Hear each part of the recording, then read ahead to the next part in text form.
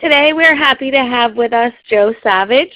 Joe is a recognized leader with over 15 years of experience in the fields of homelessness, social policy, economic development, and human services administration.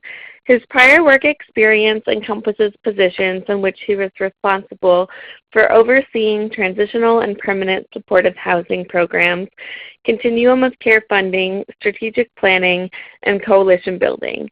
His passion for this work has cultivated years of skills and expertise that have helped bring over $150 million of funding to support housing and services for the homeless and community development projects. Joe's commitment to this work is rooted in his belief in the dignity of human life. He received master's degrees in social work and urban planning from the University of Pennsylvania and a PhD in urban affairs and public policy from the University of Delaware. Joe, I'm going to hand it over to you, and thanks again for presenting today. Sure, great, thanks. Can everyone hear me? Yep, you're coming in great. Okay, all right, great. Well, good afternoon, everyone. I'm certainly glad to be on this webinar with you all to basically do an overview of the federal criteria and benchmarks as they pertain to family and youth homelessness. This slide right here is my contact information. Please feel free to reach out to me if you have any questions. And although we're doing this overview on this particular webinar, I am certainly willing to meet with your communities individually to go over the criteria and benchmarks and to answer any questions that you may have within your specific community. And the best way to reach me is via email. So you should all have a copy of the criteria and benchmarks that were sent out to you prior to this webinar, and this PDF that is currently being displayed. This is the actual version of the criteria and the benchmarks for youth homelessness, but I want to do something. I want to reverse this and start with families first. So I forwarded to the beginning page for the criteria and benchmarks for family homelessness. And first, let me explain how the criteria and benchmarks work. Essentially, the criteria and benchmarks work together in that they look at your system and the homelessness crisis response system that your community has developed. And one of the things that you'll see when we begin to get into them is that the criteria and benchmarks are not about getting down to a specific number of 0. That's not what we're meaning when we're talking about the criteria and benchmarks, but it's really about your system and the system that you have in place for ending homelessness for family and youth. That's what the criteria and benchmarks are about. So the criteria themselves look at your system, and they consist of what we would like to call the narrative portion, where it really talks about your system and the elements that are in place and the strategies and the best practices that are in place within your system. So if your community is submitting a claim, the criteria portion of that submission would really be the narrative about your system where you're describing how it operates. The benchmarks are then a series of data points that if what you describe about your system in the criteria is indeed so, then these data points will demonstrate that. So that's how the criteria and benchmarks work together. So you may be familiar with the criteria and benchmarks for veterans that was released in October of 2015, and the criteria and benchmarks for chronically homeless individuals was released in June of 2016. The criteria and benchmarks for family and youth were both released in January of this year, and then a recent revision to the criteria and benchmarks for families was released in July, and we're currently doing a number of listening sessions for the criteria and benchmarks for youth. So there will be another revision release for the criteria and benchmarks for youth. And also understand that the development of the criteria and benchmarks really involved a lot of input from stakeholders at all levels, from the community level to the national level.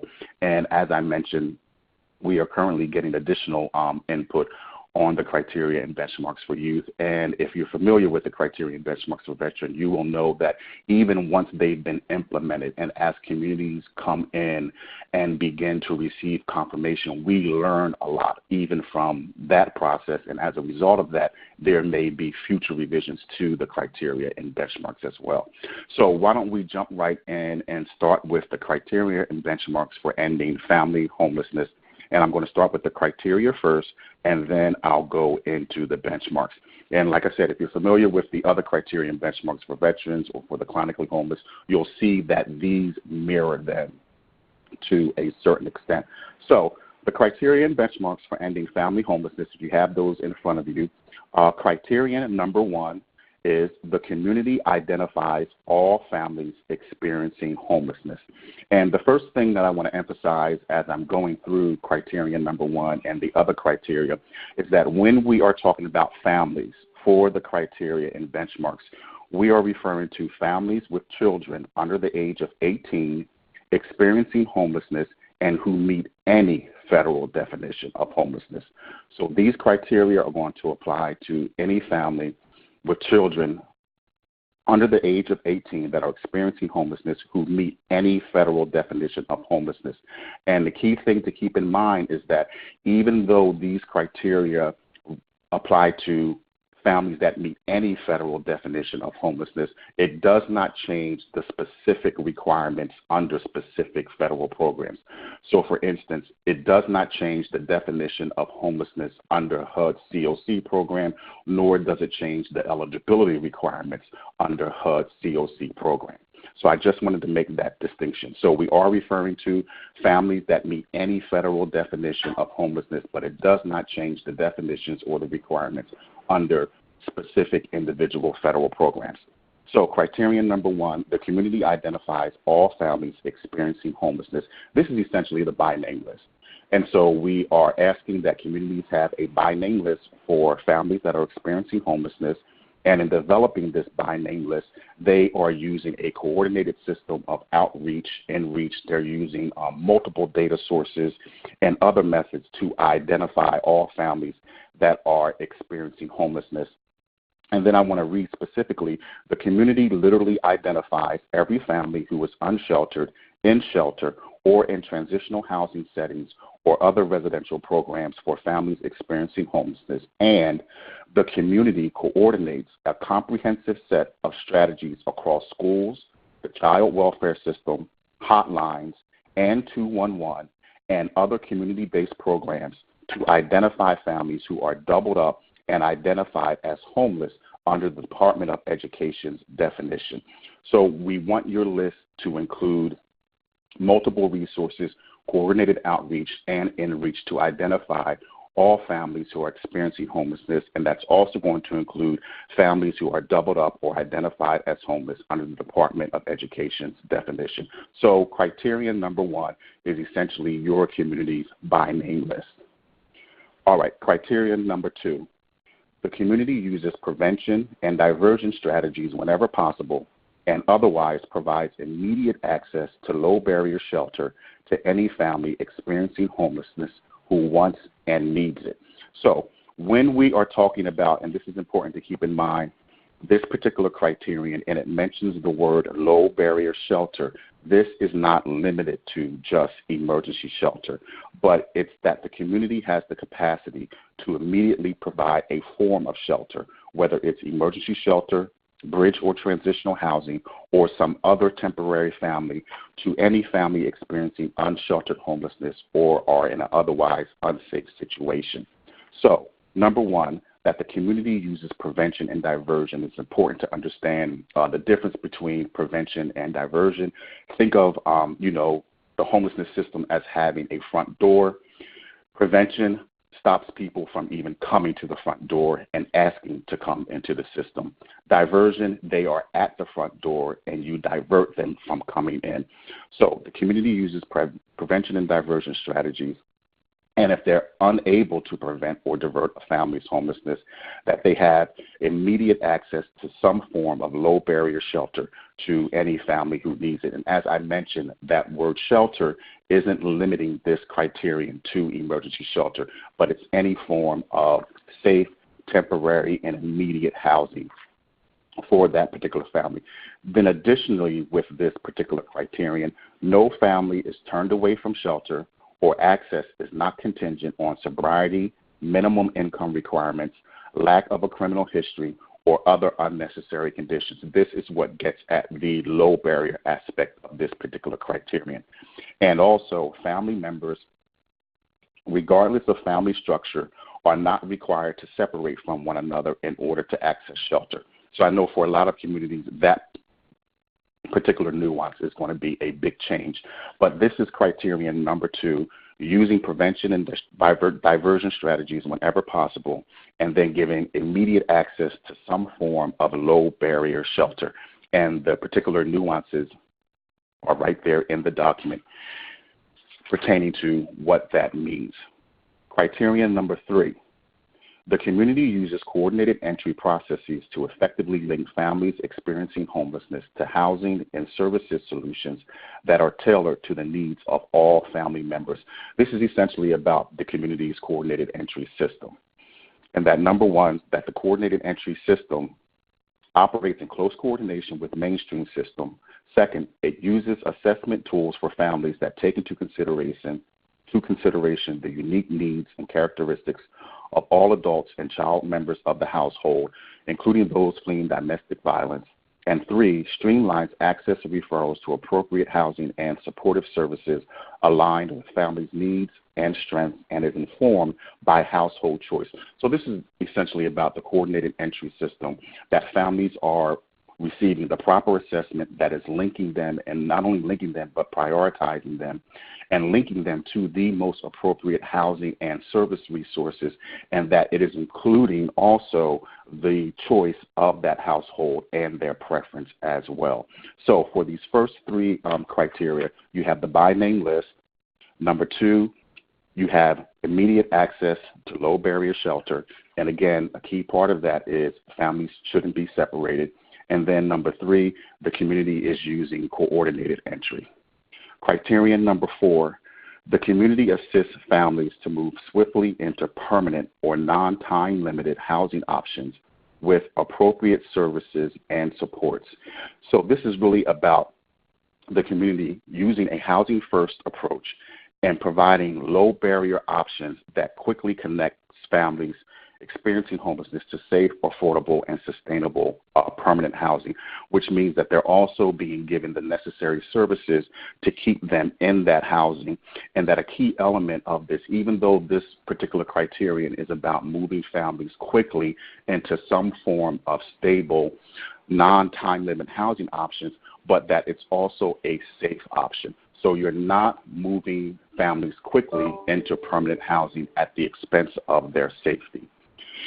Some families, such as those fleeing domestic violence or those with a head of household in recovery, may choose to first enter time-limited, safe, and stable housing programs before securing a permanent or non-time limited housing option. So this is really speaking to what traditionally has been referred to as transitional housing, and that certain families for which transitional housing would be appropriate may choose to go into transitional housing in order to address specific needs, such as recovery or families who are fleeing domestic violence prior to going into a permanent housing option. So that's criteria number 4. The community assists families to move swiftly into permanent or non-time limited housing options with appropriate services and supports. And again, I emphasize this is not at the expense of the safety of the family. Number 5.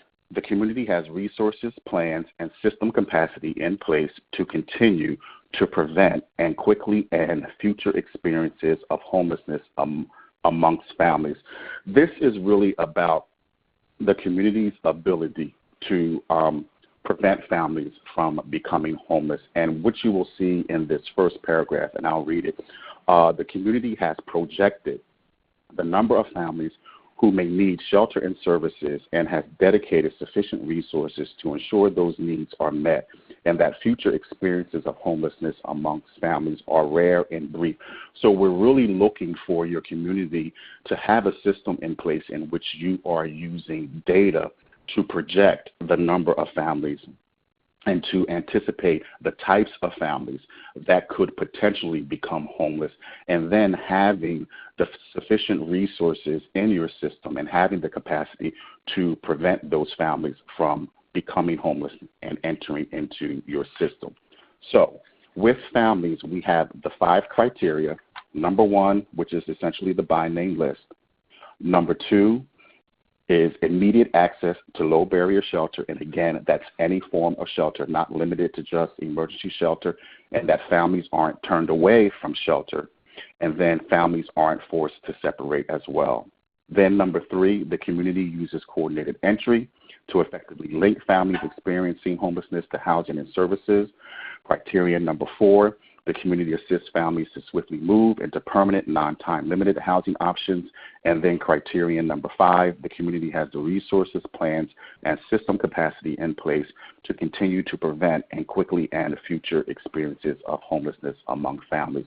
So those are the 5 criteria for family homelessness. And as you can see, all of those individual criterion look at the system, and it provides a narrative about the system that is operating within your community.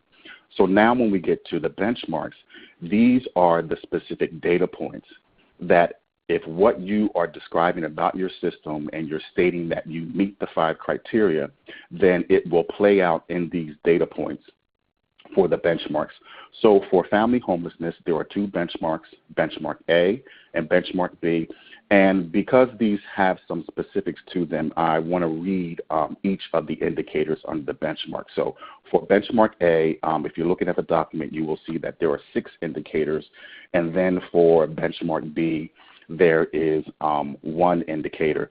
And if you notice under some of those indicators, you might see revised or new in parentheses. That means in the version that was released in July of this year, it was either revised or it was a new indicator that was added in the July version of the family criterion benchmarks. So benchmark A, there are few families experiencing homelessness at any given time. So under benchmark A, indicator 1, the community census of families experiencing homelessness includes all families that meet any federal definition of homelessness. So again, this is going back to criterion number 1. So the census in terms of the total count of the number of families experiencing homelessness at any given time is going to include all families that meet any federal definition of homelessness. Number 2, no families with children under 18 are experiencing unsheltered homelessness. So essentially for indicator number 2, this number should be 0 for your community in terms of having families with children under 18 experiencing unsheltered homelessness. And there is a caveat there that if any such family does exist, the community will be expected to provide a clear explanation and documentation of the circumstances. Indicator number 3, no families seeking emergency shelter in the community are turned away unless they can be successfully diverted to another safe living environment of their choosing. Indicator number 4, all families identified as experiencing homelessness, including those who are doubled up, are offered connections to appropriate services. Indicator number 5, and this is about the number of families experiencing sheltered homelessness, which will include emergency shelter and transitional housing. And what indicator number 5 and actually indicator number 6 are going to get at, it's going to look at the capacity of your system in terms of the inflow and the outflow. And they're essentially asking the question, does your system have movement or is it stagnated?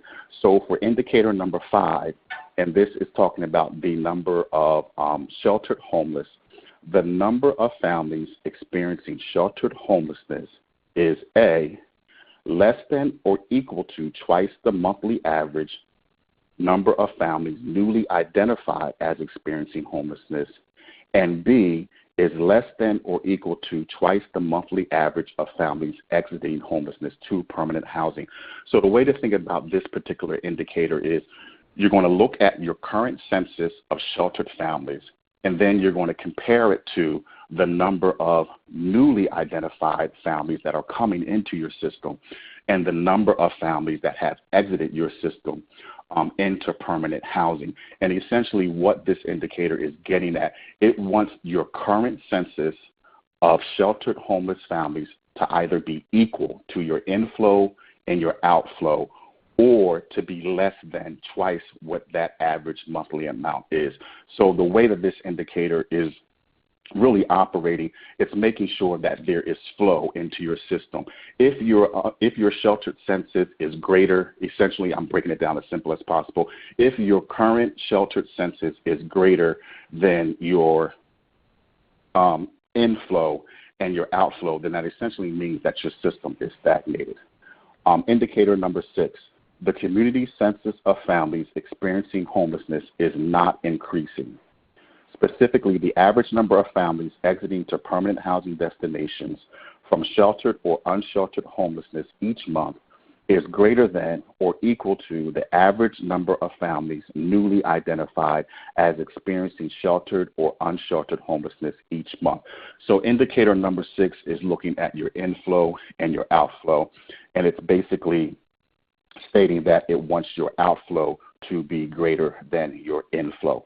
So those are the 6 indicators for benchmark A. Benchmark B. Families experiencing homelessness are swiftly connected to permanent or non-time-limited housing options. So benchmark B is really about how quickly are you getting families from the point of identification as homelessness, how quickly are you getting those families into permanent housing options. And so the indicators under benchmark B, families with children identified as experiencing unsheltered or sheltered homelessness exit homelessness to safe, stable permanent housing within an average of 45 days and no longer than 120 days from the point of identification. What this particular indicator is getting at is this. If you look at all of your families that have exited into permanent housing, and you take for each individual family from the date of identification to the point in which they exit into a permanent housing option, if you take the average of all of the families that exited into a permanent housing option, that average is going to be 45 days. So for your entire system, looking at the total number of families that have exited into permanent housing, the average from identification to permanent housing placement is 45 days. If you then look at each individual family on a case-by-case basis, it has taken no longer than 120 days for any individual family in your system.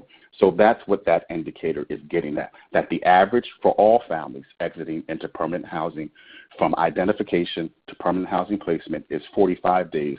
But if you break it down on a case-by-case basis and look at each individual family from the point of identification to permanent housing placement, you don't have a single family on your list for which it took longer than 120 days.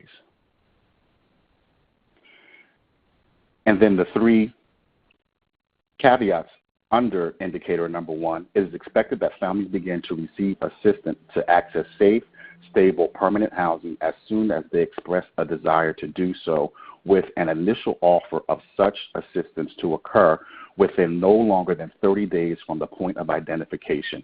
So essentially, we want you to begin to talk to families and put housing plans in first as soon as possible, as soon as the family expresses it.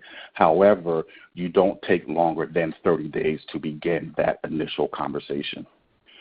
In the case of families who have chosen time-limited, safe, and stable housing, in other words, families who may have chosen to go into a transitional housing option, such as those fleeing domestic violence, or families seeking to deal with recovery issues, this calculation should be used from the date that the family requests or accepts an offer of assistance in obtaining permanent housing.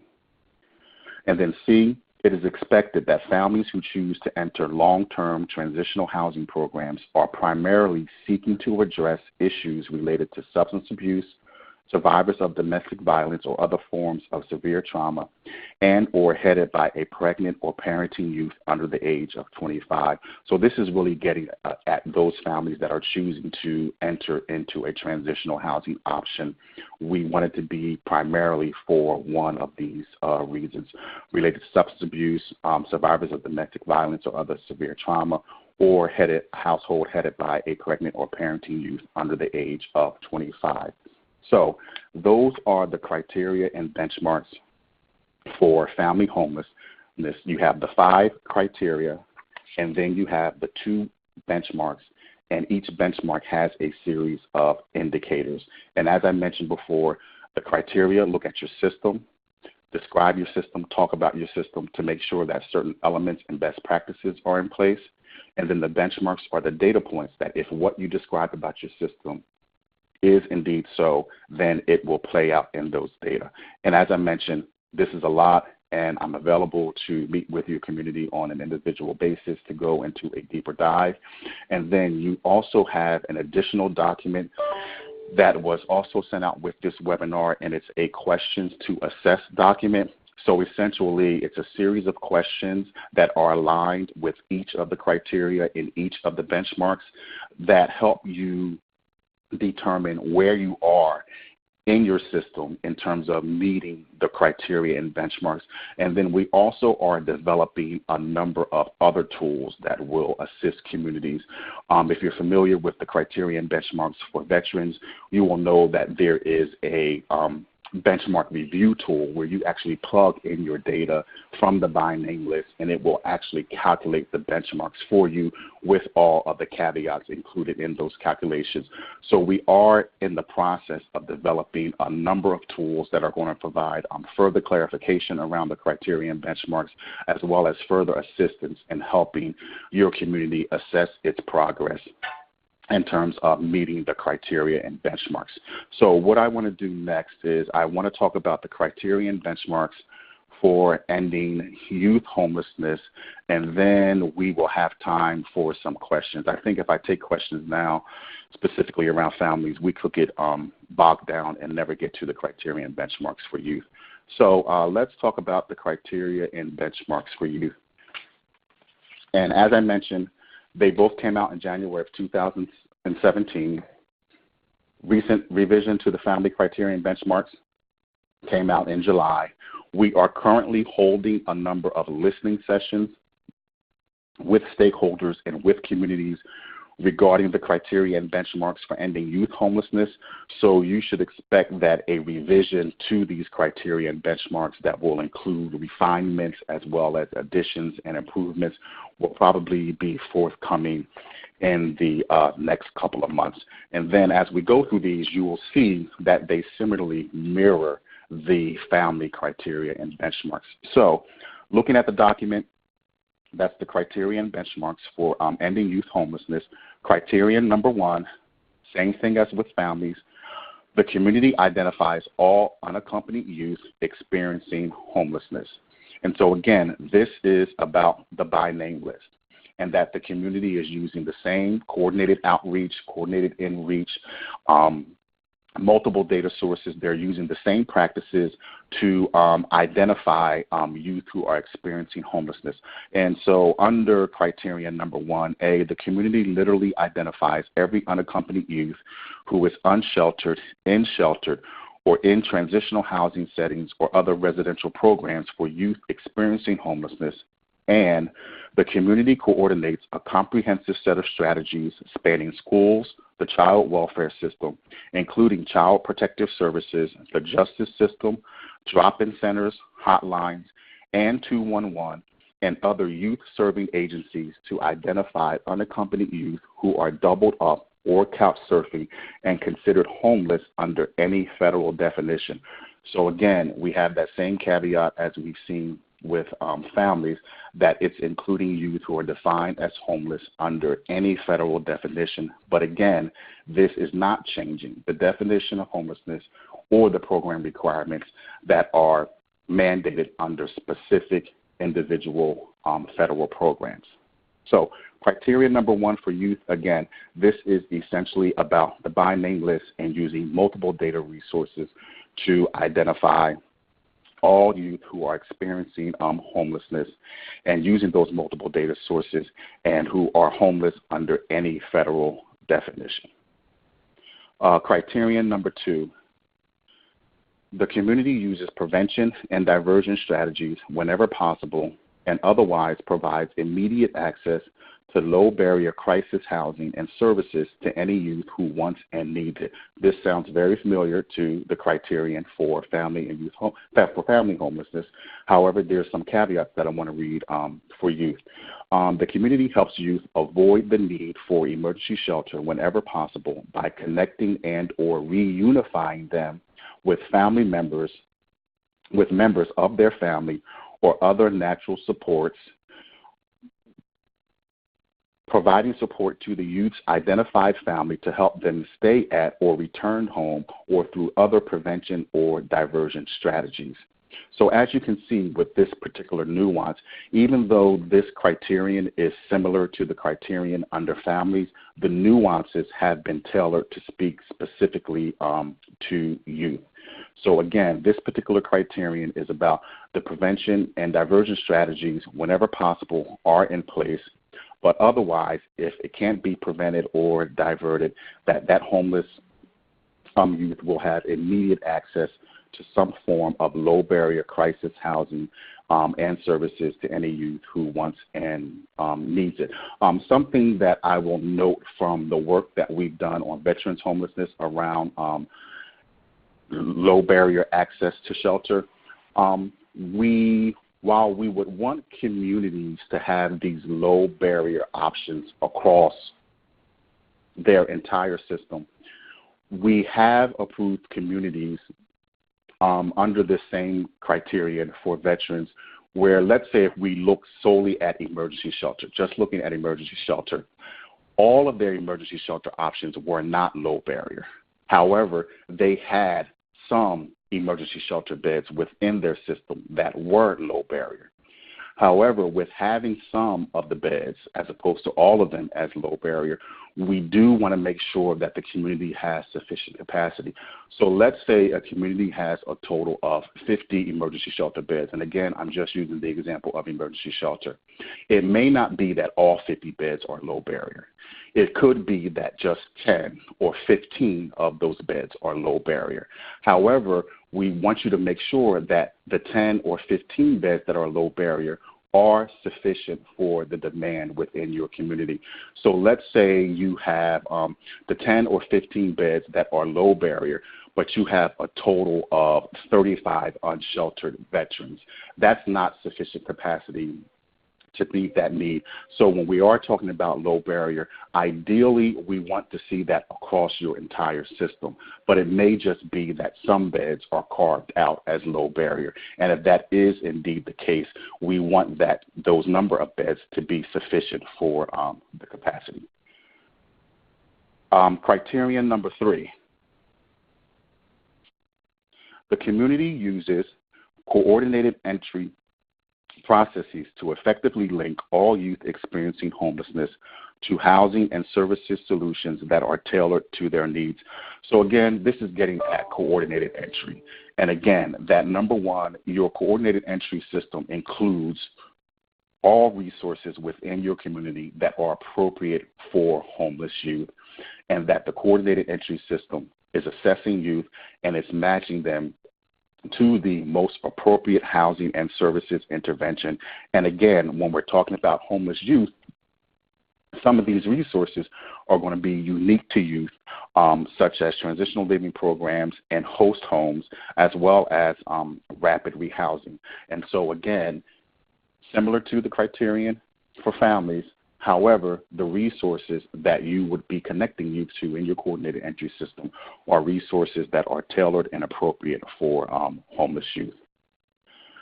Criterion number 4, the community acts with urgency to swiftly assist youth to move into permanent or non-time limited housing options with appropriate services and supports. So again, this is getting at your system being able and having the capacity to quickly move youth into non-time limited and stable housing options. But again, this is not being done at the expense of safety, and then also connecting them with the necessary support services so that they can remain stably housed. And then criterion number 5, the community has resources, plans, and system capacity in place to continue to prevent and quickly end future experiences of homelessness among youth.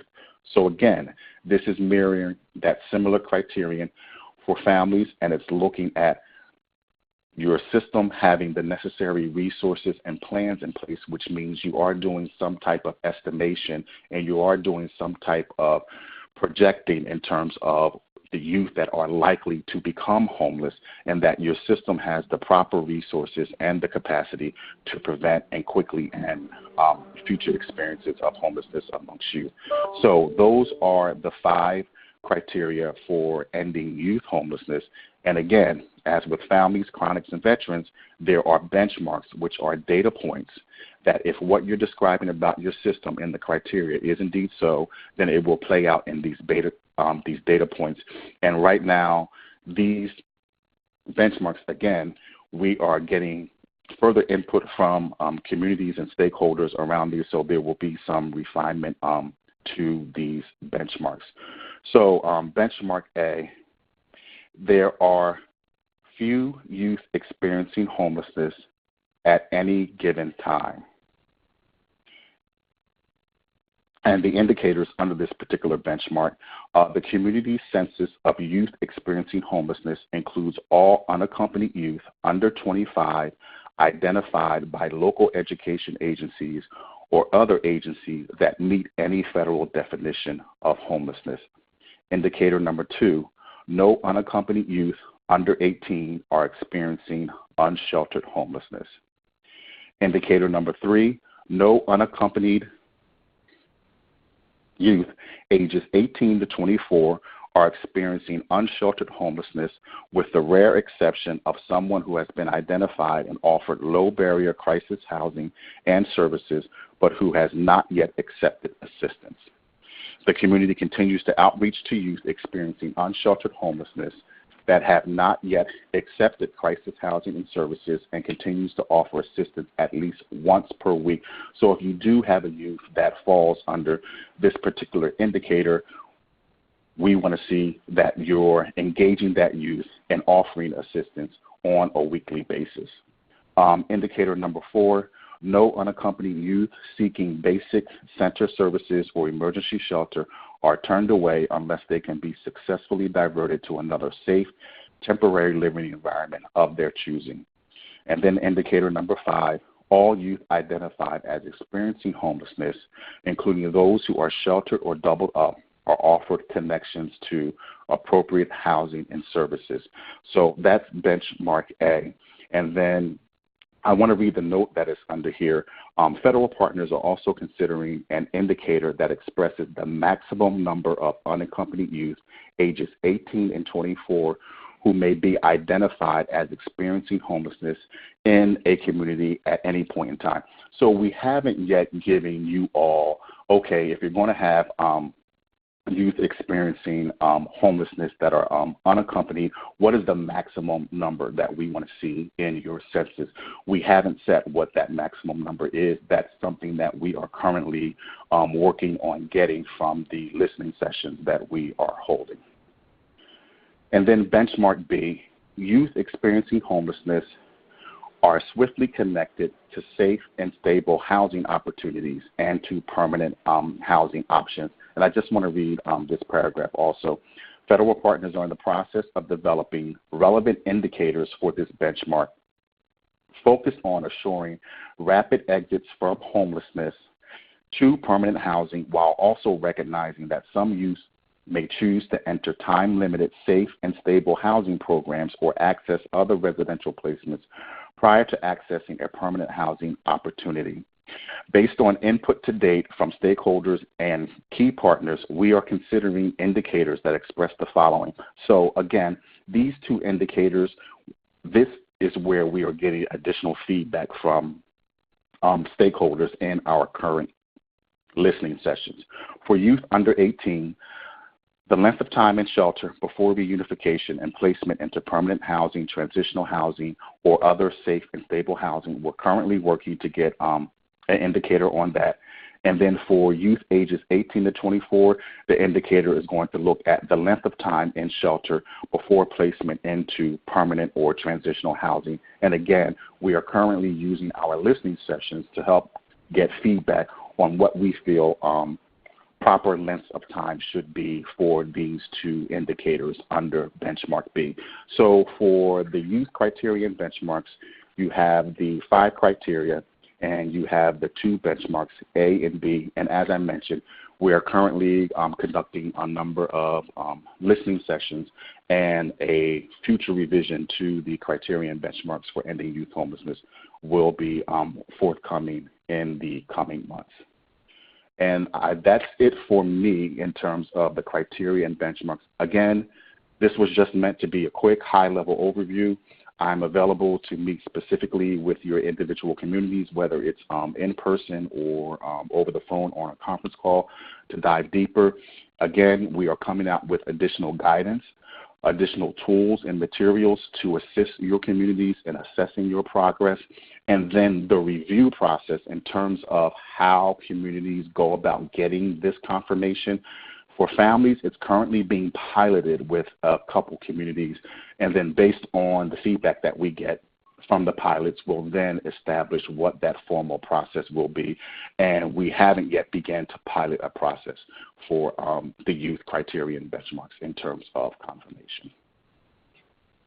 Great, Joe. Thank you so much for going over this. Really appreciate it. So now we're going to open it up for questions. Because we do have a lot of folks on the line, we're going to keep the lines muted. But to ask a question, you can press *7 to unmute yourself. We also have several questions that were typed into the chat box, and you can type a question in the chat box at any time. So we're going to start with those questions. So we have one question, Joe, that says, will HUD incentivize the COCs to demonstrate at least an attempt at doing criteria number 1 under the families?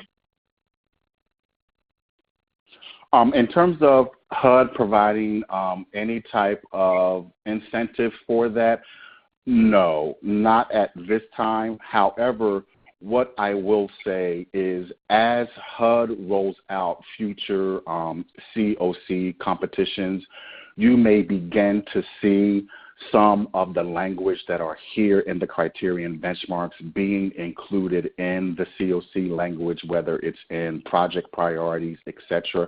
However, you probably will not see something coming out in a HUD competition, in the COC competition, where they're saying COCs have to have a by name list. You won't see anything like that. But in terms of some of the other underlying principles in the criterion benchmark, such as housing first, low barrier access, those types of things you will probably see, if you have not already, seeing them coming out and mentioned and discussed in various HUD priority documents. Great. For criteria number 3 under families, how will HUD monitor access to services?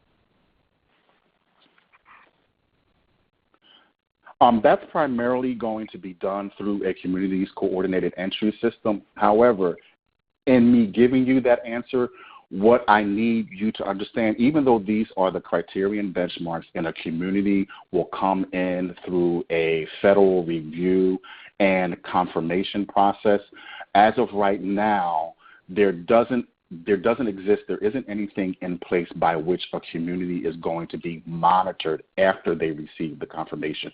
So if you come in and you say you've met criterion number 3, there isn't yet going to be anything formal within HUD or within HHS or with in any other federal agency by which you are going to be monitored. Using the example with veterans, communities right now are self-monitoring, and we're doing some check-in with those communities. However, this criteria is related to a community's coordinated entry system. So HUD may come out with its own performance standards as it relates to your community's coordinated entry system, and that's how criterion number 3 would be measured through whatever performance standards HUD may come out that pertain to your community's coordinated entry system. But specifically related to the criterion benchmarks, once a community comes in and they're confirmed, there isn't a formal monitoring process in place as of yet. Communities would most likely be self-monitoring, and we would be checking in from time to time. Great. For criteria number 5 under families, how is this other than an aspirational wish? Is there the assumption by USICH that COCs have predictability of the number of people becoming homeless? Sure. We're really going to rely on what you describe in your submission about your community's ability to project the number of families and describing what that projection and the methods used are within your community.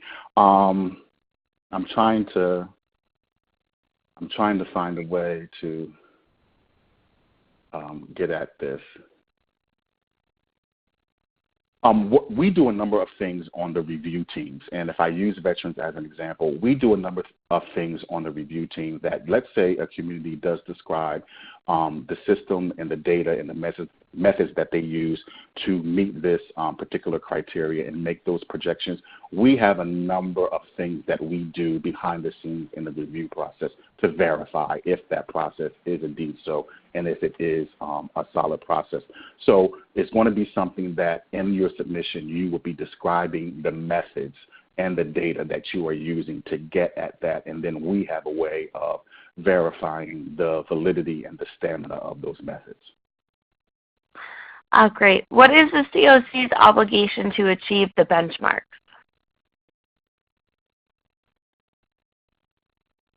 That's a good question. Well, first of all, there isn't an incentive to achieve the criteria and benchmarks. So if a community does get confirmed for ending family or youth homelessness, there isn't any extra money that's given outside of just the federal recognition, et cetera. But the COC is not obligated to meet the criteria and benchmarks. However, I will say this. A lot of the underlying strategies and best practices that are included in the criteria and benchmarks are being included in HUD COC program regulations, policy recommendations, and priorities, so they coincide. However, it is totally optional for a COC to seek to receive federal confirmation of achieving the criteria and benchmarks. It's not mandatory, and then again, there isn't any particular incentive such as additional funding. There's no incentive outside of the federal recognition. When and where are these listening sessions that you were talking about? Sure. The listening sessions are going on now. However, they're not listening sessions that have been open to the public based on feedback such as myself, regional coordinators, and looking at our communities. We made recommendations on communities to reach out to invite to the listening sessions, and then I know a couple of the listening sessions have also been held at national conferences, and they were done that way. So they're not being publicly announced, but they're being done by invitation only. Okay.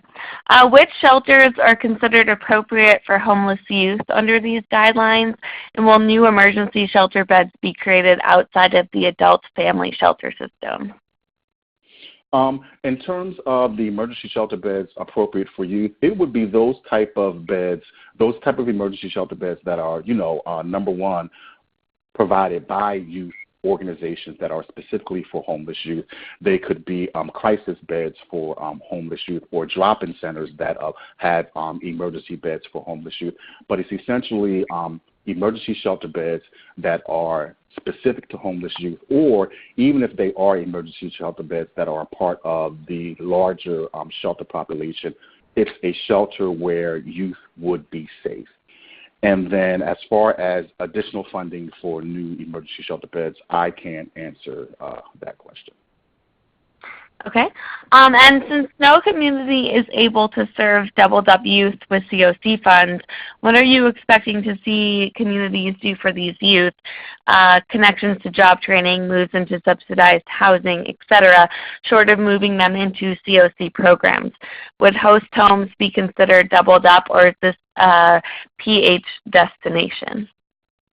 You're essentially going to have to use non-COC resources to house the youth that are doubled up, and those resources can come from a number of places, whether it's state funding or even local funding, or working with the philanthropic community to get some funding. But it's essentially going to have to be non-COC funding resources to address youth who are living doubled up. And working host homes works well if you work with the faith-based community, who will be willing to provide those host homes for homeless youth. But essentially, to answer that question, it's going to have to be from non-COC resources to develop and support those interventions. Great, thanks. So that's it for the questions. Here's another one. Why aren't youth-serving agencies invited to listening sessions since they have experience with what is developmentally appropriate for this population? Yes, they are invited to those listening sessions. They are the main ones there, along with youth with lived experience. So they are there. Great. So that's it for the questions. We have about 5 minutes left, so if you have any additional questions, you can press *7 to unmute yourself and ask the question, or again, type it in the chat box on the lower left-hand corner.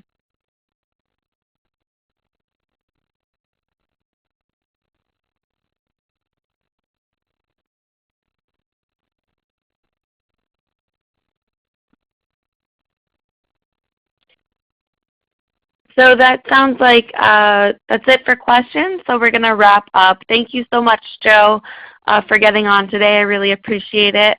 And thanks, everyone, for getting on as well. Thank you. Thanks. Have a good one.